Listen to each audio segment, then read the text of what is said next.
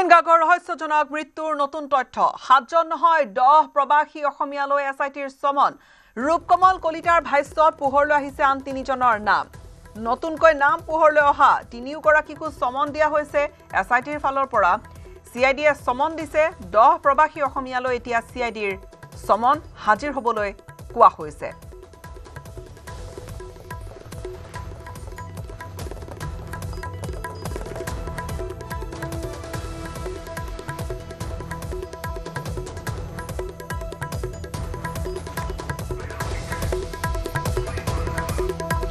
আৰু নতুনকৈ নাম পোহৰলৈ আহিছে আৰু 3গৰাকীৰ 10 প্ৰবাসী অসমীয়াক সিআইডিত হাজিৰ হ'বলৈ কোৱা হৈছে সমন দিয়া হৈছে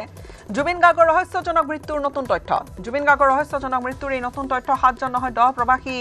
অসমীয়া তেওঁলোকক এতিয়া মতাই আনা হৈছে বা মাতিবলৈ তেওঁলোকক এতিয়া সমন দিয়া হৈছে তেওঁলোকক আহিবলৈ কোৱা হৈছে 10 প্ৰবাসী অসমীয়াক সিআইডিত হাজিৰ হ'বলৈ দিয়া হৈছে সমন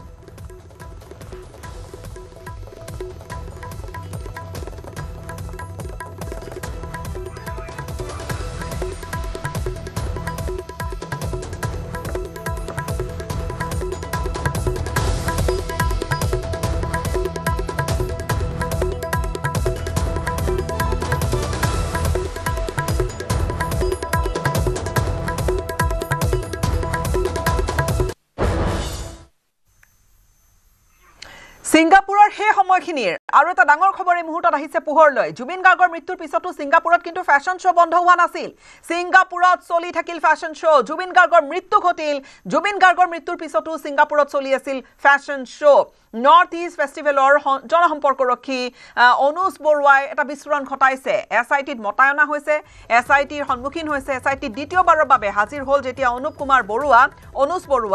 অনুজ বৰুৱাই কিছু ডাঙৰ বিস্ফোৰণ ঘটাইছে কিছু গুৰুত্বপূৰ্ণ মন্তব্য কৰিছে জুবিন গাৰ্গৰ মৃত্যুৰ দিনা সিঙ্গাপুৰত আছিল অনুজ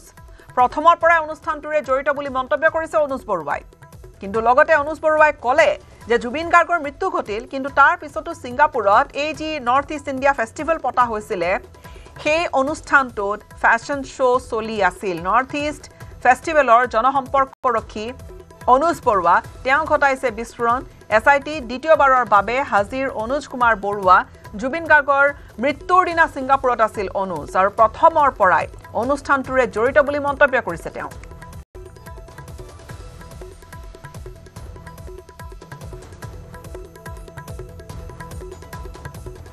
এই বছৰ ধৰি আপুনি ফেষ্টিভেলত জড়িত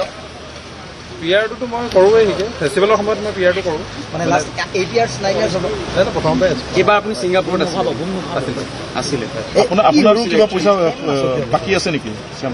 অলপটো দিলে চলে ন এতিয়া এইবিলাক কৈ লাভ নাই আৰু হিকে আৰু এটা অভিযোগ আছিলে যে জুবিন গাৰ্গৰ মৃত্যুৰ পিছতো নৰ্থ ইষ্ট ফেষ্টিভেল চলি আছে সিঙ্গাপুৰত এই বিষয়টো কিমান দূৰ সত্য হয়নে প্ৰথমৰ দিনা যেতিয়া আমি খবৰটো পাইছোঁ মই তেখেতক ছাজেষ্ট কৰিছোঁ কেঞ্চেল কৰিবলৈ সেইবিলাক মই জমা কৰিছোঁ কেঞ্চেলেশ্যনৰ সেইটোও দিছিলে হাই কমিশ্যনাৰে আৰু তাৰ পৰা মই যি ঘূৰি আহিলোঁ হোটেললৈ মই আৰু তালৈ ঘূৰি যোৱা নাই গতিকে তেওঁলোকে পাছত কি হৈছে মই সেই বিষয়ে নাজানো মই কিন্তু নাই মানে আপোনালোকে আপুনি তাৰ সিঙ্গাপুৰৰ পৰা ইয়ালৈ কেতিয়া আহিছে লগে ভাগে আহিছে মোৰ 22 তাৰিখে টিকেট আছিলে মই 22 তাৰিখে আহিছোঁ বাকী দুদিনটো মই চাৰচতৰ লগতে ঘূৰি আছিলোঁ মানে চাৰচত গৈছিলেতো ইয়াৰ পৰা মই আছিলোঁ চানটেক কনভেনশ্যন চেণ্টাৰত মানে ইয়ৰ পাৰ্টিটো আপুনি অৱগত আছিলে নাই মই নাজানো আমি পাছতহে গম পাইছোঁ কোনে এইটো আয়োজন কৰিছিলে এইবোৰ এতিয়া আপোনালোকৰ পৰাহে গম পাইছোঁ কোনে আয়োজন কৰিছে আমি তেতিয়া নাজানো যেতিয়া ঘটনাটো সংঘটিত হৈছিলে তাৰ পাছত আপোনালোকে নৰ্থ ইষ্ট ফেষ্টিভেলৰ বহুকেইটা অনুষ্ঠান আপোনালোকে অনুষ্ঠিত কৰিছিল নাই কৰা মই তাকে ক'লোঁ এতিয়া মই কেঞ্চেল কৰিবলৈ তেখেতক ছাজেষ্ট কৰিলোঁ কিন্তু নকৰিলে আৰু ইণ্ডিয়ান হাই কমিশ্যনে কেঞ্চেল কৰিলোঁ বুলি ঘোষণাও কৰিলে আৰু মই গুচি আহিলোঁ তাৰ পৰা আৰু ছেকেণ্ড থাৰ্ড ডেট মই কিন্তু একেবাৰে যোৱা নাই কিন্তু অভিযোগ উঠিছে যে তাত ফেশ্বন শ্ব' এটা চলিছিলে জুবিন দাৰ ঘটনাটো হোৱাৰ পিছতো বুলি সেইটো আমিও দেখিছোঁৱে কিন্তু মই ক'ব নোৱাৰিম সেইটো আপোনাৰ হেৰিয়ে জানিব চাৰচতৰ লগতে মই ঘূৰি আছিলোঁ আপুনি সিমানকে শিকক এতিয়া বাকীখিনি মই পাছত কম কিবা থাকিলে আৰু ইতিমধ্যে তেওঁ যিখিনি কথা কৈছে যে তেওঁ নাছিলে তেওঁ কৈছে যে তেওঁ নাছিলে কিন্তু ফ্যাশন শো আছিল চলি ইফালে বিপদ বাঢ়িছে শ্যামকানু মহন্তৰ বিৰুদ্ধে ইডিৰ গোচৰ ৰুজু কৰা হৈছে ইডিয়ে জিম্মাত বিচাৰিব শ্যামকানু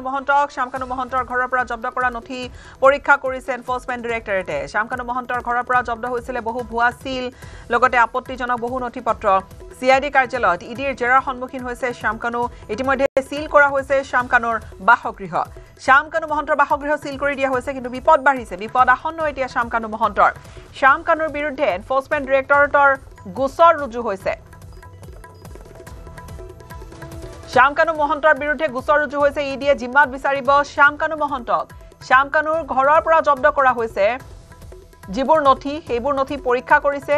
ইডিয়ে নথিপত্ৰবোৰ পৰীক্ষা কৰিছে আৰু তাৰ পিছত এনফোৰ্সমেন্ট ডাইৰেক্টৰেটে এতিয়া আৰম্ভ কৰিব তদন্ত গোচৰ ৰুজু কৰা হৈছে যিখিনি ইডিৰ ফালৰ পৰা শ্যাম কানু মহন্তৰ ঘৰৰ পৰা জব্দ কৰিছিলে বহুবোৰ ভুৱা সিল আপত্তিজনক নথি সিআইডি কাৰ্যালয়ত ইডিৰ জেৰা সন্মুখীন হৈছে শ্যাম কানু ইতিমধ্যে সিল কৰা হৈছে শ্যাম কানুৰ বাসগৃহ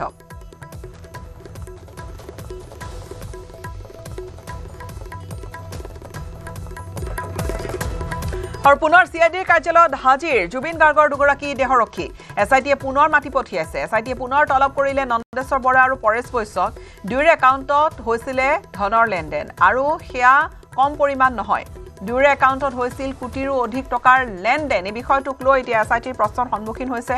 দুয়োগৰাকী দেহৰক্ষী নন্দেশ্বৰ বৰা আৰু পৰেশ বৈশ্য তৃতীয়বাৰৰ বাবে আজি জেৰা সন্মুখীন দেহৰক্ষী দুজন দীৰ্ঘদিনে জুবিন গাৰ্গৰ দেহৰক্ষী হৈ আছিল দুয়ো জুবিন গাৰ্গৰ সাউণ্ড ইঞ্জিনিয়াৰ দিগন্ত শৰ্মাও সিআইডিত বৰ্তমান উপস্থিত হৈছে এছআইটিয়ে তলব কৰিছিলে জুবিন গাৰ্গৰ সাউণ্ড ইঞ্জিনিয়াৰ দিগন্ত শৰ্মা আৰু জুবিনৰ কোটিৰ ঘৰত টকা দিবলৈ আছে বংকিম ৰায় মেধিয়ে এইখিনি কথা আচলতে পোহৰলৈ আগতে আহিছিলে আৰু সিআইডিৰ মুখ্য কাৰ্যালয়ত এতিয়া উপস্থিত হৈছে বংকিম ৰায় মেধি 1 কোটি টকা গৰিমা গাৰ্গক ঘূৰাই দিয়াৰো দিছিল প্ৰতিশ্ৰুতি তেওঁ সেইখিনি কথা কৈছিলে 1 কোটি টকা তেওঁ গৰিমা গাৰ্গক ঘূৰাই দিয়াৰ কথা কৈছিল বৃন্দাবন থিয়েটাৰৰ স্বত্বাধিকাৰী জুবিন গাৰ্গৰ সৈতে তেওঁৰ বৃহৎ লেনদেনৰ প্ৰসংগ আৰু টকাৰ সূত্ৰ বিচাৰি এছআইটিয়ে জেৰা চলাইছে এতিয়া বংকিম ৰায় মেধি টকাৰ সূত্ৰ বিচাৰি এতিয়া এছআইটিৰ প্ৰশ্নৰ সন্মুখীন বংকিম ৰায় মেধি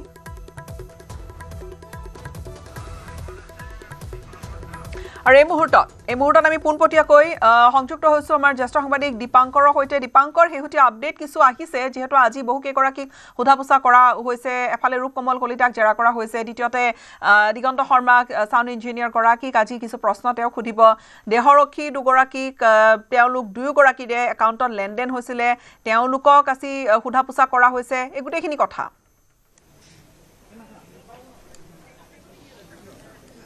গীতাশ্ৰী এই মুহূৰ্তত নিউজ 18 অসম নৰ্থ ইষ্টৰ এই যিটো 12 বজাৰ বাতৰি ইয়াত বহুকেইটাই খবৰ আছে জুবিন অনুৰাগী অসমবাসীয়ে যিদৰে অতি ক্ষিপ্ৰতাৰে জুবিন গাৰ্গৰ মৃত্যুৰ ৰহস্যৰ তদন্ত বিচাৰিছে ফাষ্ট ট্ৰেক আদালতত গোটেই ঘটনাৰ ন্যায় প্ৰক্ৰিয়া বিচাৰিছে আৰু তেনে মুহূৰ্ততে বহুকেইটাই খবৰ প্ৰথম খবৰটো এয়াই যে বংকিম ৰায় মেধি এই মুহূৰ্তত হাজিৰ হৈছে কোটি কোটি টকা জুবিন গাৰ্গৰ সৈতে লেনদেনত এক প্ৰকাৰ প্ৰত্যক্ষ হাত আছিলে গোটেই এই ধৰণৰ বিষয়বোৰক লৈ বংকিম ৰায় মেধিয়ে ইতিপূৰ্বে জুবিন পত্নী গৰিমা শইকীয়া গাৰ্গক 1 কোটি টকা উভতাই দিম বুলিও কথা দিছিলে তাৰ পিছত আৰু কিমান টকাৰ লেনদেন আছিলে আৰু জুবিন গাৰ্গে কিমান টকা পাবলৈ আছিলে এইবোৰ প্ৰশ্নৰ উত্তৰ দিব লাগিব আজি বংকিম ৰায় মেধিয়ে আৰু বংকিম ৰায় মেধি উপস্থিত হৈছে জুবিন গাৰ্গৰ দুজন বডিগাৰ্ড উপস্থিত হৈছে যি দুই বডিগাৰ্ড বছৰ ধৰি নন্দেশ্বৰ বৰা আৰু পৰেশ বৈশ্য জুবিনৰ এক প্ৰকাৰ সাতুৰ দৰে লাগি আছিল আৰু তাৰ পিছত তেওঁলোকৰ বেংকৰ একাউণ্টতে যেতিয়া কোটিৰ ওপৰত টকাৰ লেনদেন থাকিব কোটি টকাৰ তেওঁলোকৰ কোনো উৎস নোহোৱাকৈ তেওঁলোকৰ একাউণ্টত আহি পইচা সোমাব এইবোৰ এছআইটিয়ে মানি লোৱা নাই আৰু তাৰ উত্তৰ বিচাৰি আজি তৃতীয়বাৰৰ বাবে এছআইটিয়ে তেওঁলোকক জেৰা চলাইছে ডাঙৰ খবৰ এই মুহূৰ্তত জনাইছো প্ৰবাসী অসমীয়া যিগৰাকী প্ৰথম ৰূপকমল কলিতা আহি গুৱাহাটীৰ এছআইটিত হাজিৰ হৈছিল তেওঁক যোৱা নিশা আৰক্ষীৰ বাহনেৰে লৈ গৈ তেওঁক এয়াৰপৰ্টত নমাই দিয়া হ'ল আৰু ঠিক 11:30 মান বজাত তেওঁ গৈ ছিংগাপুৰ পালে তেওঁক বুজাই পৰাই পঠাওৱা হ'ল এই স্থানৰ পৰা কোৱা হৈছে বাকী 7 প্ৰবাসী অসমীয়াক তুমি লৈ আহা আপোনাক পুনৰ আমি তলব কৰিম এই ধৰণৰ কথা বাৰ্তা হৈছিল